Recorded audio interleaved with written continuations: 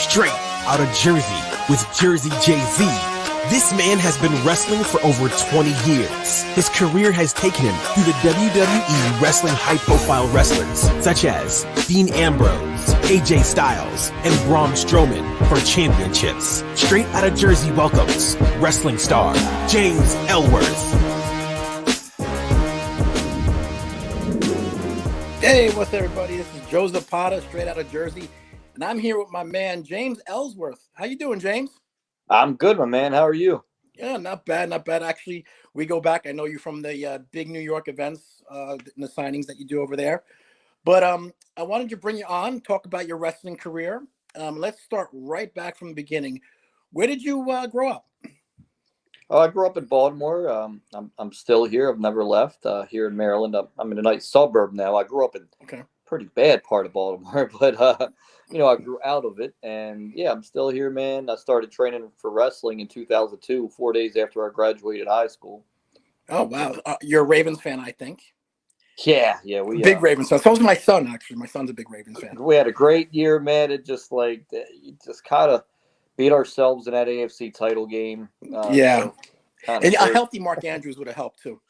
Well, they just didn't run the ball, and they ran the ball all they year. didn't. And I don't know why they got away from it in that game. And then Flowers had a big fumble right on the 1 yard line. Oh yeah, my son was so mad with that. Yes, big fumble. Bad luck, bad coaching. Lamar, he's going to get 1 or 2 Super Bowls before it's all said and done. I hope so. So growing up, were you a wrestling fan? Huge wrestling fan my whole life. I can't remember not watching wrestling. So that's really? how long up my whole life. Yeah, I'm a big wrestling fan myself. I always grew up in the 80s. I was a big fan of Hulk Hogan. I was a Hulkamaniac growing up. What about you? Who were your favorites? So the first 2 wrestlers I remember seeing were on 2 different channels. The Ultimate Warrior on one in the late 80s. Okay. I was like, wow, this guy looks like he's straight out of a comic book. Yeah, I was probably 5 years old when I first saw him. Yeah. And then on the other channel, Ricky Morton.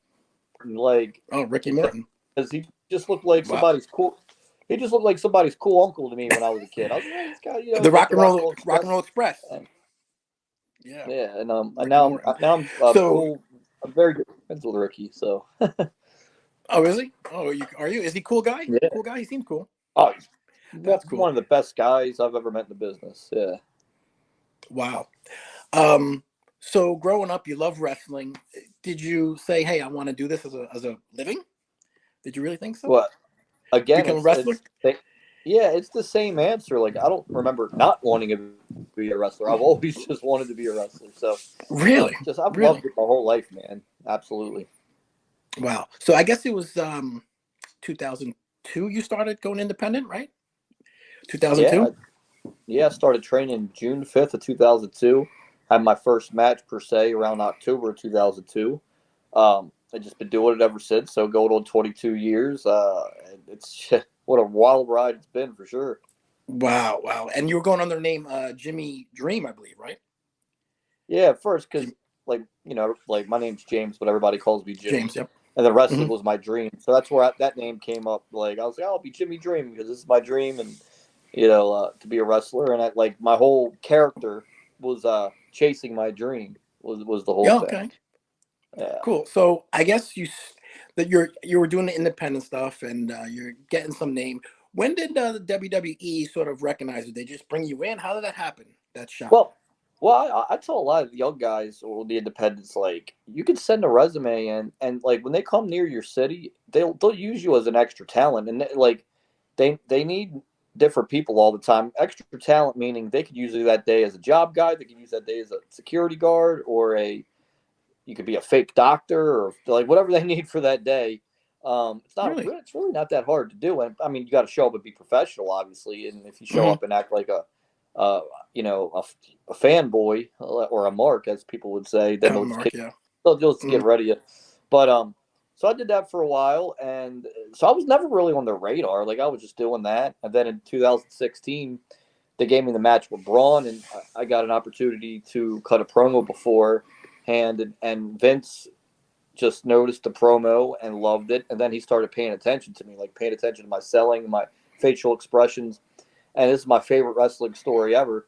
So right after the match, Arn Anderson was like, Vince wants to see you. And I thought, oh my God, like I did something wrong. He's going to kick me out of this building. I'm never going to be allowed here again. And he said, hey, come here. And he goes, look, man, your verbiage was great. Your facial expressions are great. Your selling was great. I have no choice but to hire you. And I was Wow. like, right after I'm like, I just got pulverized by Braun, so my whole body hurts. Mhm. And I was like, what? Like, and greatest day of my life, man. I'll so Wow. cool. Did this saying, any man with two hands has a fight, did you come up with that or the Vince? I did that day. Wow. Jimmy Jacobs was the writer, and like we rehearsed the match, and I knew I was punching Braun twice. If you go back and watch the match, I punched him twice.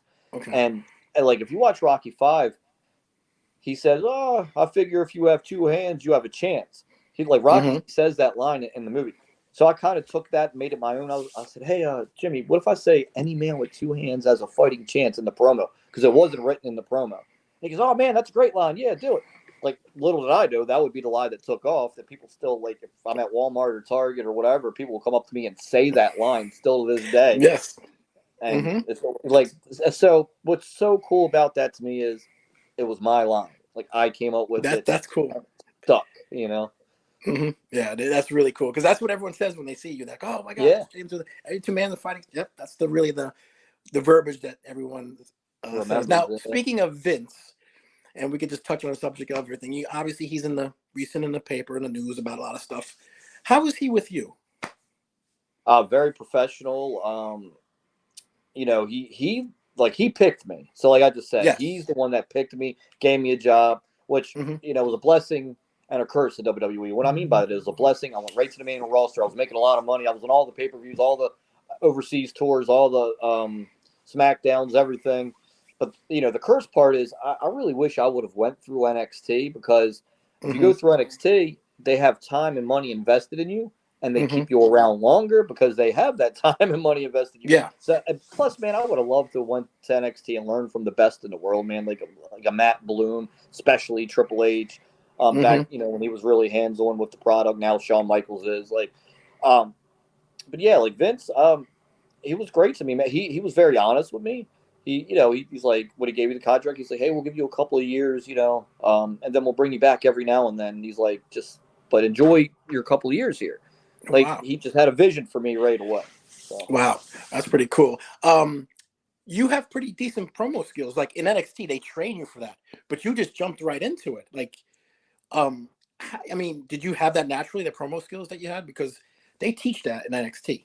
Yeah, well, it's like, luckily for me, very fortunate. I have the gift of gab. I think a lot of it is like I've never been a great looking guy, so like I've always needed the gift of gab to like pick up girls or whatever it is, to, like or make people laugh, like I'm doing with you right now. So like I've always had to work with that my entire life, looking like this. So and then man, like I would study wrestling so much, and I would study promos, and I would study what people would say to make people react, and how they would say it, and like the timing of saying it. Like so, you know, I really, really, really studied hard on this, and I think that's why I was able to be, do pretty decent at it. Wow. After your match with Braun, then you just shot up, because I remember your matches with AJ Styles and then Dean Ambrose. I mean, you were in the main, in the main events every Monday Night Raw and everything. I mean, for someone like me, what's the feel like coming into the arena with all those people cheering and yelling for you? What does that feel like? That was my dream, man. Like, not only did I make it there, like, you're right. For like the first 3 months I was there, I was main event in SmackDown every week. Yep, you were. On the house shows, I was in the main event on the house shows. Yeah. And like it was just the top guy spot. Like, and it was just like, wow. Like, I was thinking to myself, there's nowhere else to go but down. Like from this, because this, and I always knew, man, because I'm not. I don't think I'm that dumb of a guy. Like, I always knew right away. I was like, man, this is the best it's ever going to get for me. I'm going to take this all in and enjoy this, because I know how the business is. I don't really belong in this spot. It's just a lightning in the bottle thing with this character, and people are reacting to it. And AJ and Moxley, Dean Ambrose at the time, were in the main event story, and I was helping out with that story. And it was just, again, lightning in a bottle. I enjoyed every second of it. I was sad when it was over, but, I moved on to the Carmella thing, and, like, dude, that was a challenge. And we Yes. made that work. And I was so proud, and I'm sure we'll get into it, of how I made that Carmella thing to work. Because I don't think, when they put us together, I don't think it was, the intentions were for her to win the Money in the Bank and, and then turn that into winning Yeah. the women's title. But No, let's talk about that now. Let's that's talk where we about that now. took it. Yeah. Let's talk about that now, because when you went with Carmella, it didn't seem like it was going to work, but then, everything just snapped and fit perfectly. How was that going through that with Carmella? So when we first were together, man, like I was still goofy James Ellsworth with the T-shirt, with my face on it, and this is the best advice I give anybody that's in a tag team or managing someone, or you have to look like a team. You're playing on the same team now. Like if you're a part of the Yankees or the Ravens or a team, you're gonna dress alike. They have uniforms. Yep. Wrestling, it's kind of the same thing. Like you're not wearing uniforms, but you should dress like your partner. And I remember like Vince pulling us in the office, like, what do we do to make this work? And I spoke up. I was like, well, I haven't helped her beat any of the main roster girls yet. I said, we were like beating like the extra talent girls every week, the independent girls, just a no-name girl. And people were cheering me cheating for her because they didn't know the girl she was wrestling. So they just thought it was cute and funny that I was cheating for her. So I said, well, sir, I believe as soon as I help her beat one of the main roster girls, they'll boo me, and then maybe I should start dressing like her. And all of a sudden, that day on SmackDown, you can go back and watch it, I helped her beat Becky Lynch. Boos just poured down. And then we started, they had a segment where she took me to the mall and started dressing me up. And then it just started working. I'm like, all we have to do is look like a team and help her beat the girls that are over. Like, I don't know, it wasn't rocket science to me. But like when you're running WWE as he was and the creative team, they're not worried about little old James Ellsworth and Carmella at the time. They're worried about what's AJ Styles doing, what's John Cena doing, what's Randy Orton doing, what's Bray Wyatt doing. We're just like low on the totem pole. But yeah, it was really good actually. If you had to say, what was your biggest challenge in the WWE when you were in there doing your whole run? That's a really good question, man. I just think I think adjusting to, like, I was on the Indies for 14 years, and like TV came natural to me. Like I loved being in front of the camera. I loved it, but like I think like it just adjusting to the culture there, meaning like I think I spoke up a little too much. Speaking up's not a good thing when you're low on the totem pole. Like that's for the main event guys. I just wanted to do so good, man. I was so passionate about it. I just wanted to do such a good job. And then if my character was doing something or we were doing something that I thought like it sucked, like I like spoke up about it, and I shouldn't have, man. Like I really should. I think I spoke up a little too much, and that's on me. No one's perfect, but like I wasn't like mean or disrespectful, but I'd be like, hey man, like why are we doing this, or why can't I say this, or why, like, I'm not.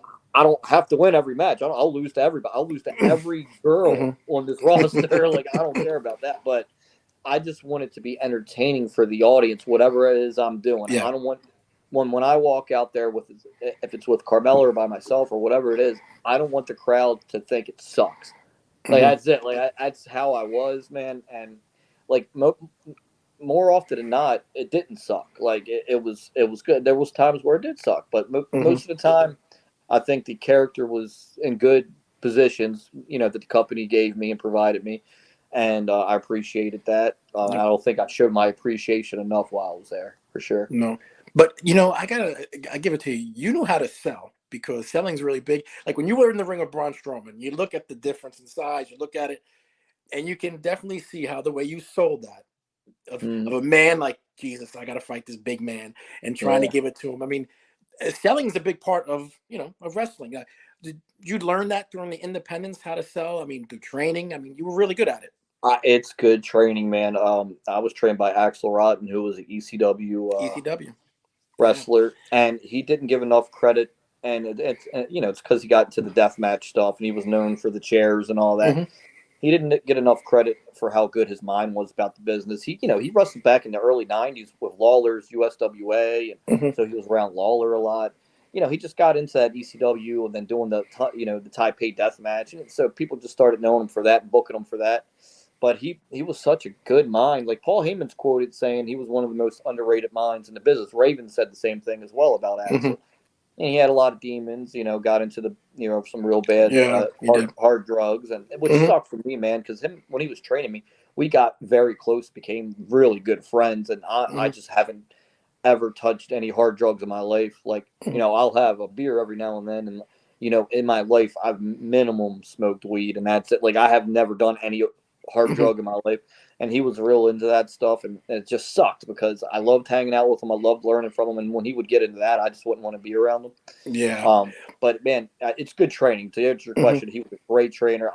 He was just one of those needle in a haystack trainers. And I always tell guys getting into business, find someone that's been successful doing this and get trained by them.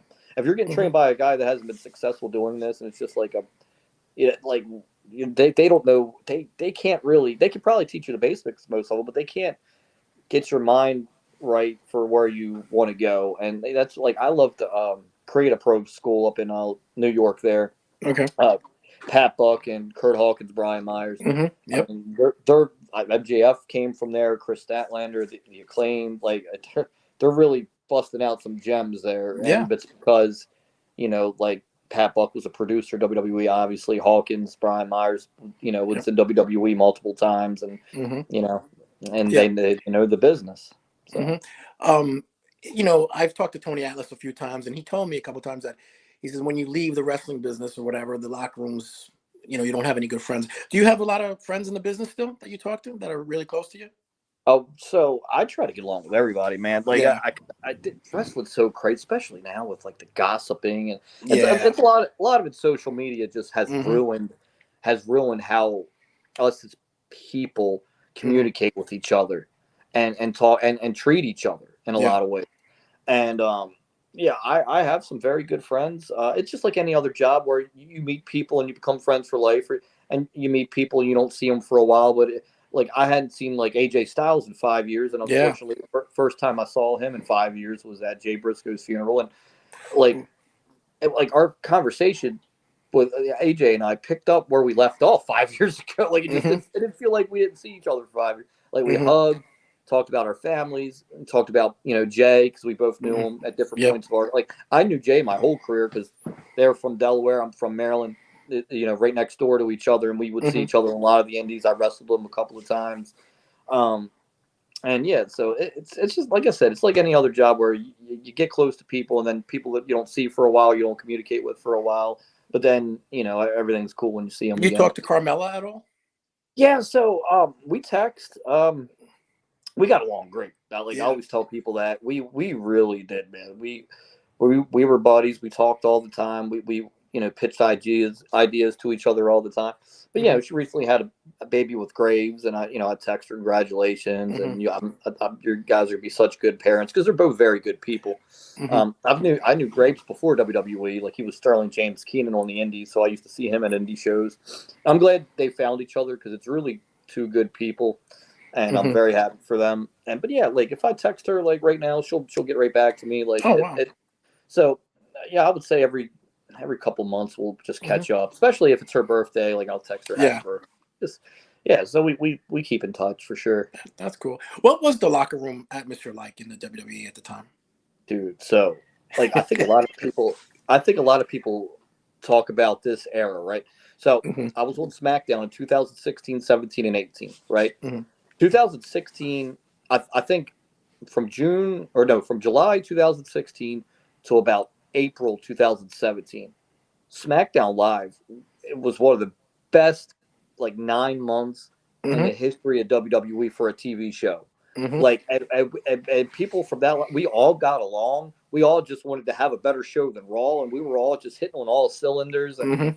that was the best locker room I was ever a part of. I'm not just saying it because it was WWE, but man, it was so fun. The show was so good, and everybody was so happy, and everybody got along. And it started not being the same in April. Like they did the draft after Mhm. Yeah, WrestleMania there's a that draft. year, and Mhm.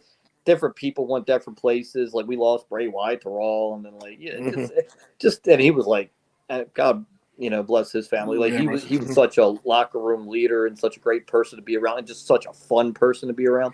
Mhm. So yeah, but I'll always cherish that July from 2016 to that April from 2017 era, and that SmackDown Live era. I think the fans remember. They always come up to me at signings and stuff. Oh man, that was one of the greatest eras in SmackDown history, and you were a big part of it. Yep. And it wasn't just me at all. Like it, everything. The Usos started coming out to the songs they come out to now, and they started being, like the characters they are now. That was the beginning, the genesis of that. Like Randy Orton was part of the Wyatt family at one point. Like yeah. It was really Miz crazy. and Ziggler had this great intercontinental title feud. Miz had cut that promo with Daniel Bryan on Talking Smack. Oh yeah. But just so many cool the stuff with AJ, Dean Ambrose, and I. Just so many cool things happening, man. Like Heath Slater and Rhino became tag champions. All this cool stuff, man. It was a great era. Good stuff. And that stuff that you seen on camera, the locker room, to answer your question, we were all having just as much fun in the locker room. And people were just playing video games and drinking. Nothing crazy going on. Just guys having a good time and having fun. Good, clean fun. Wow. They're like talking about it now. I'm getting chills because it was a great time in my life, man. It really was. It was really. My nephew Landon is a big fan of yours, and he has your wrestling doll actually. And he's like, he's a big fan of yours because he grew up with that time watching you. So that's why I said he really loved that time also. For wrestling, when back, it's kind of different in the '80s than it is today, but like. What would you say? You said you enjoyed the most just going back and forth into the ring and all being back with everybody. But what one memory do you have that'll always stick in your head from wrestling? Man, that's a good. So like WrestleMania, obviously that's the Super Bowl wrestling. So walking down the aisle at WrestleMania was huge. Man, I remember like if you go back and watch that WrestleMania, watch me walk down the aisle with Carmella. I'm like looking around and. Like she's like, hey, we're not supposed to do that. I'm like, hey, I'm doing it. Like this is, and I told her as we're walking, this is it for me. This is what I've always wanted. I remember she grabbed my hand and was like, and held my hand down to the ring there because she knew how special that was to me. Wow. Right? And I always appreciated that. I don't know if I ever told her that how much I appreciated her showing, that love for me, knowing that was a big moment in my life. So that, and then the Royal Rumble. It's funny because I'm going to San Antonio, Texas tomorrow for Juggalo Championship Wrestling. Yes. And which I'm very excited for. But the Royal Rumble was in San Antonio at the Alamo Dome. It was like 50,000 plus people there, and I came out at number 11 in the Royal Rumble, and that place just erupted. And I was like, that's I'll never forget that. Like 50,000 people just yelling my name, and if you go back and watch that, like I'm like. Flying down the ring and hitting high fives and all just as fast as I could because I was so my adrenaline never kicked in like that. And so those two moments, man, I'll never forget. For someone that's not in wrestling world, what like if your wrestling show starts at 7:30, what time do you guys show up to the arenas? It depends. Like on a house show day, like 7:30, I would always try to show up 2.5 hours before. Like they said, like they would tell us our call time would be 2 hours before, but I would show up 2.5 hours before and give an extra half hour. For TV days, show up at like 2:00 for a 7:30 bell or whatever. And you guys get dressed and talk to everyone, eat and stuff like that. And kind of. Then you guys go over the matches. Is that how it goes? You and whoever you're going against go over. Oh yeah, you rehearse, especially for TV. You rehearse the match because it's TV rehearsal. You rehearse where you need to go, where you need to be, how much time you have. Like the house shows are more laid back, obviously, because you don't have to be like it has to be over at 10, but it doesn't have to be over at 10. Like, you're not gonna have to pay extra time for TV.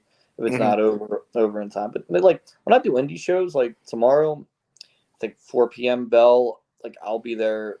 I still do the same thing. I'll be there at like 1:30, 2.5 hours, early. Yeah. Wow. Any big botches you ever have in the ring? I mean, it happens to it happens. It happens to the best of them.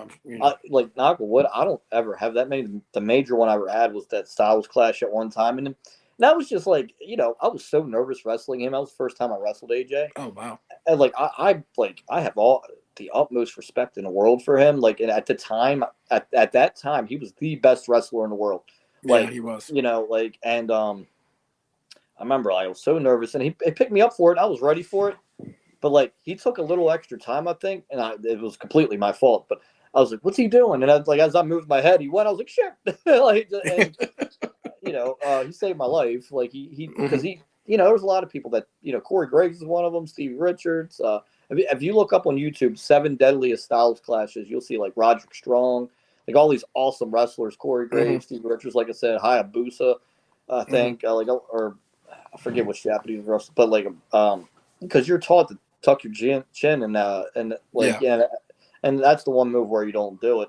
So that could have cost me my neck, and he saved my life, and I always cherish and appreciate him for that. So that was like the major one that everybody remembers that I did. On the indies, man, like when I was younger, like I've been wrestling since 2002. It's been 22 years now. Like when I was younger, I would try springboards and stuff because I was small and I would fall down. Like that's just not for me. Like I'm athletic enough, but like I don't like my. Luckily, my character doesn't do those things because like I was just always hesitant to do them. Like I didn't spend enough time practicing them. So like but like I was watching an old tape from 2005 yesterday where I tried a springboard and I just like fell down.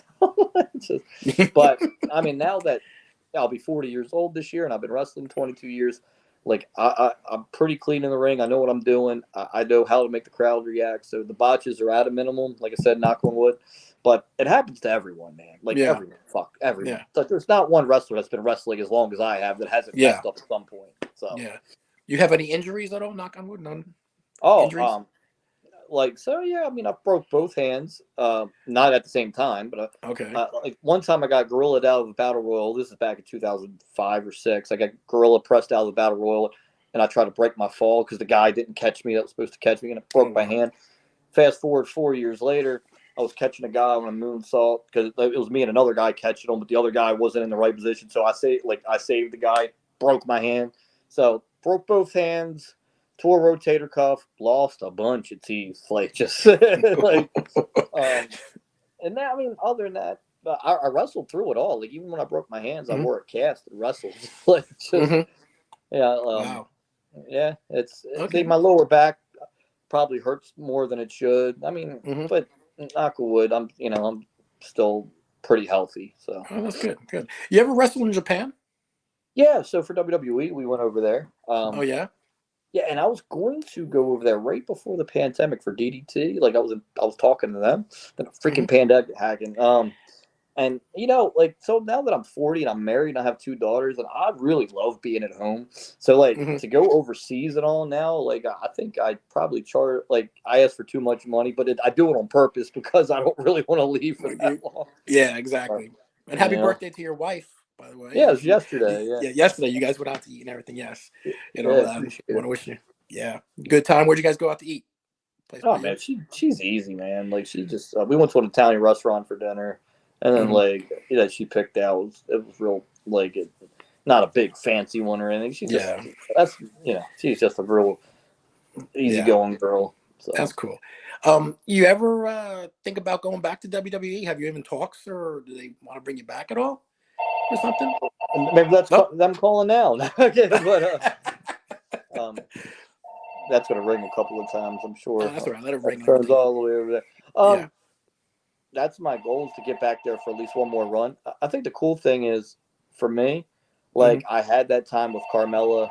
Somebody answer the phone. No, I had that time with Carmella where I was like a manager, right? Yeah. So I could be like 55 years old to go back and do that. Like that's you can do that. I think Paul Ellering's like what, 70, and like he's back on TV with the AOP and Karrion Kross and all that. So like. And I want to do that in the future. I want to go back and be a manager or a heater, as we call them, for somebody. I think for my character, that's a real good role. I think it worked. I mean, obviously, it worked with Carmella. We got her to the belt. Yep. That's how you know if it works or not. If you're a manager of someone and they wind up becoming champion, that means you did your job as a manager. So one of my biggest accomplishments in wrestling is I got her to the point where they got her the Money in the Bank, and then she cashed in and became champion. I helped her do that. It was, it's 75% her, 25% me. Because she's in the ring doing the work in the ring, but I'm outside getting her the heat that she needs for people to get the reactions that we need to tell the story. I really, really feel like that's my calling going forward, because I can talk. I got a managerial look, like a little sleazeball kind of, I think there's another James Ellsworth run somewhere. I don't Mhm. know if it's soon or 5 years from now, but Oh, sorry. of the character on their television. That's my Mm. guess. Yeah. Do you prefer? I'm sure prefer being a heel or babyface. So I don't mind either way. Like Mhm. you got to be versatile. You Yeah. got to know how to do both. Like people go, oh man, I love being a heel. You go, it's easy to get people to hate you. Okay, so you're saying it's no challenge because it's easy to get people to hate you, but you got to get them to hate you in a good way. And then it is hard to get people to like you, but if you could get people to like you, then you're doing really good. Mhm. And so I like the challenge of doing both. Mhm. I don't mind either way. With my character, it can do both. Like I was both a baby and a heel in WWE, and it worked. It worked each time. Yeah. So that's my answer. Like I'll do either one, and I'll do it the best to my ability. Mhm. Yeah. I think you make a better heel. Well, the look is more of Yeah, a the heel. look. That's fine. Yeah. Yeah. Who do you think was one of your biggest influences in wrestling for you? So Axel. like, well, Axel, yeah, like as personally Axel. Yeah. Favorite wrestler growing up was Shawn Michaels. Even like in the Rocker days, like I always thought, Mhm. like, man, this guy's awesome. And it was a subliminal message. Even when you're a kid, he's so good, you just like him, and you don't know Mhm. why but it's he's so good. He's subliminally telling you the story. And then man, like I remember seeing Spike Dudley, right, and Mhm. in ECW, and I was going, man, like this guy is taking punishment, and he keeps Mhm. fighting back. Mhm. And that was he's a very big inspiration for the James Ellsworth character. I've never got to tell him this in person because he doesn't do many signings and stuff. No. But man, I would love to run into him one day and just tell him like, man, like you were such an inspiration to me, and I don't think you really like. I would have tried this no matter what. But like when you Mhm. see him in ECW, like I was Yes. man, like Mhm. look at this guy, he's my size and he's doing it and he's over. People are into him. Like I'm gonna really really work hard at this to be like that guy. Yeah. Wow. Is there any wrestler, and you don't have to say the name, that is kind of a jerk or a dick that So yeah, was to like you? dude, again, it goes back to it's like any other job where there's people Mhm. that you like, there's people Yeah. that you People go you to don't work and like. go, oh, this freaking guy, it's just like Mhm. so.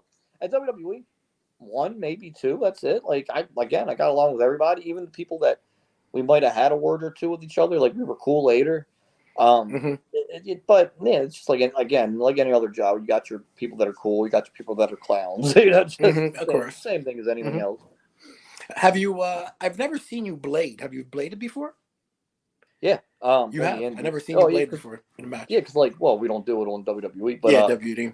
like on the indies, I like not recently, not since I Mhm. actually, yeah. So I wrestled Priscilla Kelly, who's now Gigi Dolan in Arizona, Okay. and my pictures on Instagram or Facebook, I did a real good Oh blade wow. job because she hit me with a chair, and I just want the talent. And I hadn't done that in so long.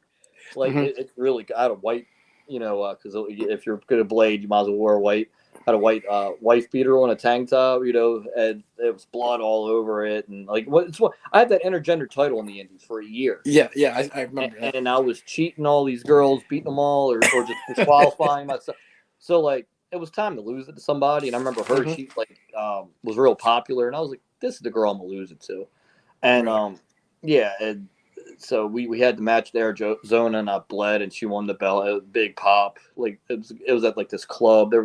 The crowd was like a bunch of smart wrestling fans. So when I lost it, they like erupted, and I was just bleeding like Mhm. profusely. Wow. That's got to be pretty tough to do, though, right? Or you just with a razor just do it. I mean, I've seen the tricks, but I don't know if I could do that. It's pretty So it tough. goes back to my trainer was Axel Rock. Okay.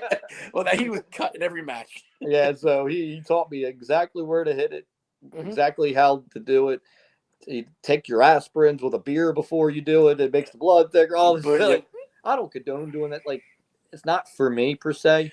Like Mhm. once every 5 years just to get off. Oh, it's Mhm. cool, but like it's not something I want to do. I don't want to do death Yeah. matches. Like, and I respect the people that do death matches. Mhm. And I have been offered to do death matches. I've been offered a lot of money to do that. I'm sure there's people out there that would like love to see Nick Gage just destroy James Ellsworth in a death match. Yes. But I'm just like, and I get it. I get that. That's Mhm. hilarious. But Nah, I'm 40. Yeah, I'll be 40 years old. Not for me, man. Not for me. We'll turn it down every time. What was your favorite arena that you went to? Out of all the arenas you've been to? Madison Square Garden. Just the history. Yes. I mean, like growing up, you see, I saw so many shows there, from WWF, and I remember I'm undefeated at Madison Square Garden. I'm 1-0. I beat Kurt Hawkins in Madison Square Garden. Wow! So I'm actually 1-0 with Madison Square Garden. I got to perform there twice. Once I wrestled him, and I was a house show December 26, 2016, the day after Christmas. And then I came out with Carmella at one of them where she wrestled. I believe it was Naomi. So I got to perform there twice, but I did get to wrestle there, which got me thinking like that's just one of those little tidbits that people don't know about me. Like I did get to wrestle there, and I was like, wow, and I won a match there. Like what? Wow, that's amazing. Yeah. I don't. Any other arena that you thought was second best besides the Garden that you really like going to? Chicago, man, All-State Arena in Chicago. They're so loud and so vocal and so like. Punk just came back there at Survivor Series. Yeah, one of the biggest reactions I've ever seen. Like biggest pop ever. You bet. Yeah, I have a good story about that, man. I remember. So the day before, I was at WrestleCade, and Sean Ross Sapp, who was this like dirt sheet writer, nice guy, right? But so I've been in the business almost 22 years now. He writes. He's a journalist, wrestling journalist. I don't know. He does do some wrestling. I've seen him have some entertaining matches, so that's cool. So I have a little respect for him because at least he's been in the ring and understands what we do. So guys like that, I have a little bit of respect for. Like these dirt sheet writers, man, they'll write anything just to get clicks, and they get people's personal business that they have no clue about. So anyway, we're sitting there at the bar at WrestleCade, and people are coming up to him asking him, "Is CM Punk going to be at Survivor Series tomorrow?" And he's going, "No, absolutely not. My sources tell me no."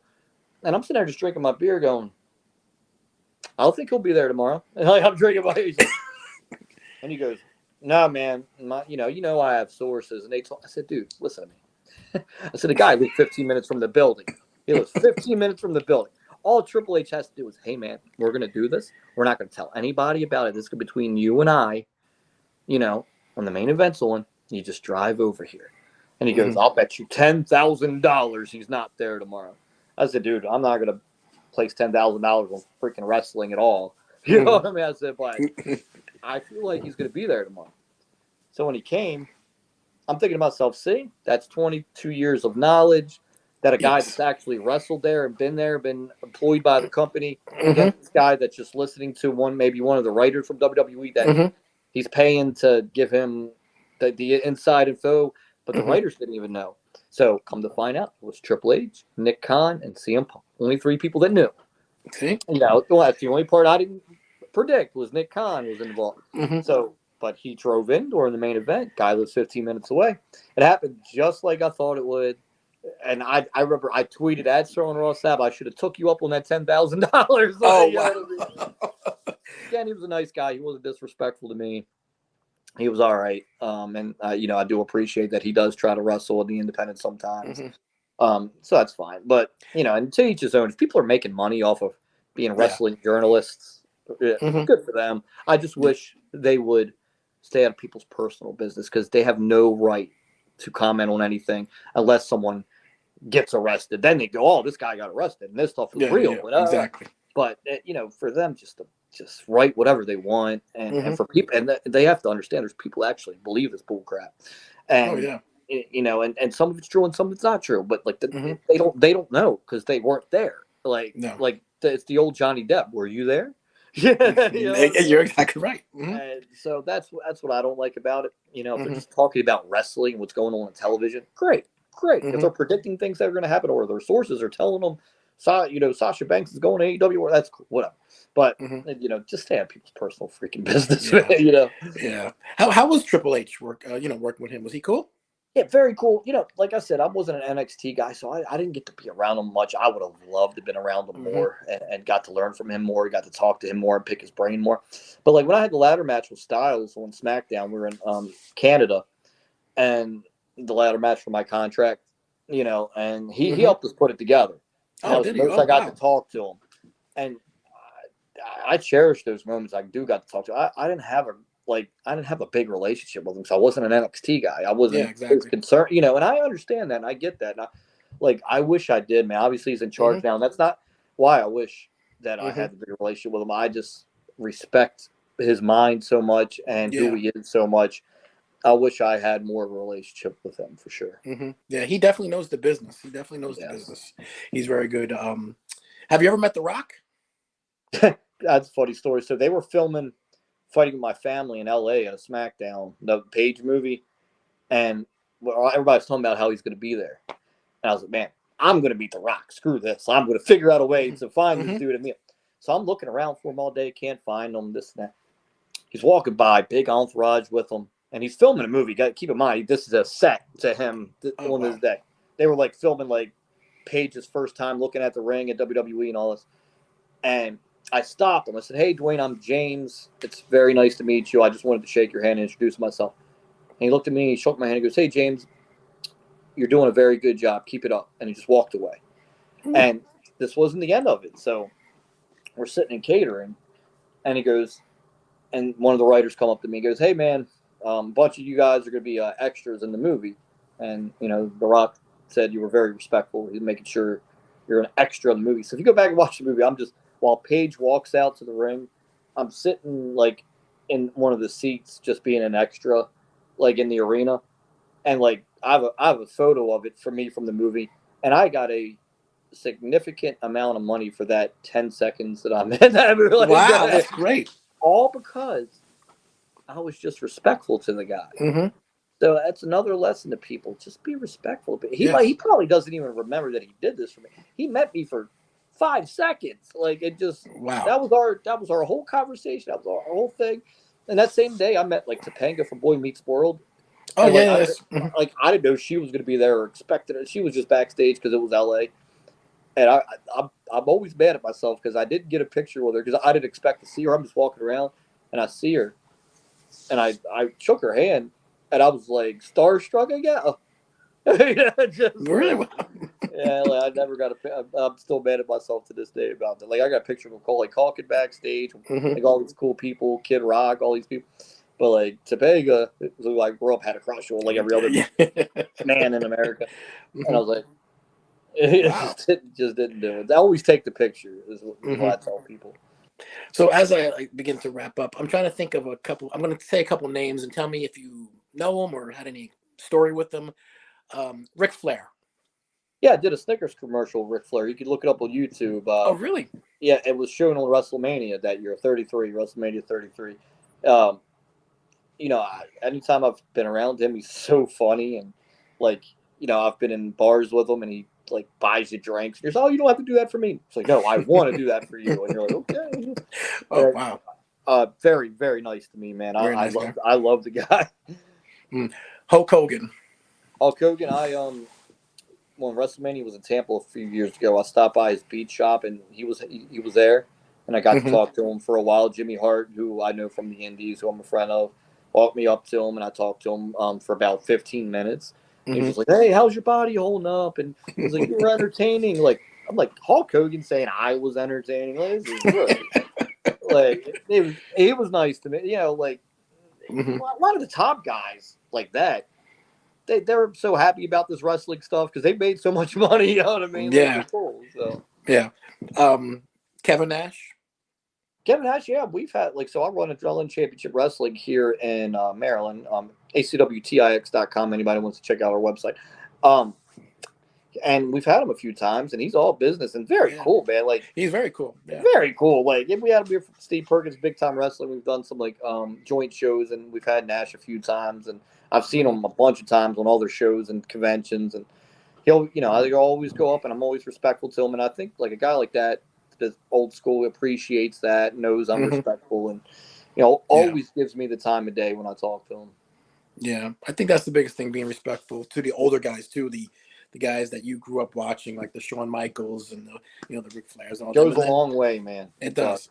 I'm sure it does. So as we wrap up, James, I just want to thank you for your time. I met you a few times, and you're always really cool. But why don't you promote where you're going to be, maybe your website, your Instagram, where they can find you if they want to? Yeah, you can find me on. They call it X now. Yeah. At Real Ellsworth on Instagram at James Ellsworth Wrestling. Cameo.com/James Ellsworth. And like I said, my wrestling show run, acwtix.com. And like I'll be at San Antonio this weekend for Juggalo Championship Wrestling. I'm so excited about. And I got a lot. I'll be at the big event, New York. Yes, you're gonna be there. I'm gonna be there too, the 16th. Yeah, I think I got to work the big show. I'm bringing Matt Riddle with me. So will you? I will see. I'm gonna see you. Yeah, I'll run over to give you a big hug, buy you a drink maybe later. Heck yeah, like Riddle's. I've been using him on my shows, and we just kind of hit it off, became buddies, and he's fun, man. You wait till you meet him. Great guy. Like, is he a great guy? He seems really cool. He seems really cool. Like another guy. Bad reputation for no reason. He's the nicest guy in the world. Just So yeah, that's gonna be fun. So I'll be there for that. Yeah, I see you're. Are you a horror? Halloween. Oh, my wife and I, we love it, man. We love it. Really? Like I'm in my basement right now. Like you saw the dollar room earlier. Yeah. There's horror stuff behind me. Like we we love it. We love the horror. We watch so many movies. Like that's my favorite thing to do in the world. Sit there and watch a movie with her. It's crazy. Exactly. I think I saw you dressed up as Gangrel once. For Halloween. Yeah, for Halloween. Yeah. I saw him like a week later. He goes, "Oh, did you really?" He's like, "You were me for Halloween." He's like, all the things you could be. I'm like, dude, like I'm a wrestler every year for another wrestler. Like I was Rhea Ripley one year. I was CM Punk one year. I was John Cena one year. I was Jeff Hardy one year. I was Spike Dudley one year. I was Ricky Morton one year. So I'm always a wrestler. Yeah. Wow. Well, James, it's been a pleasure. And like I said, you are a really great guy. I appreciate everything you've done and coming on and giving me the time. I'm actually going to see you in March because I'll be there at the show in New York City. So yeah, man. Looking forward to it. Big event's always one of the best. Tom Unger is really good. He does it really well. Tom does a great job, man. Next time you tell him you had me on, and I put him over because he does a fantastic job. So. He does a fantastic job. Everything, James. Thank you for your time. I really appreciate everything. I will see you in March for the big event. See you then, brother.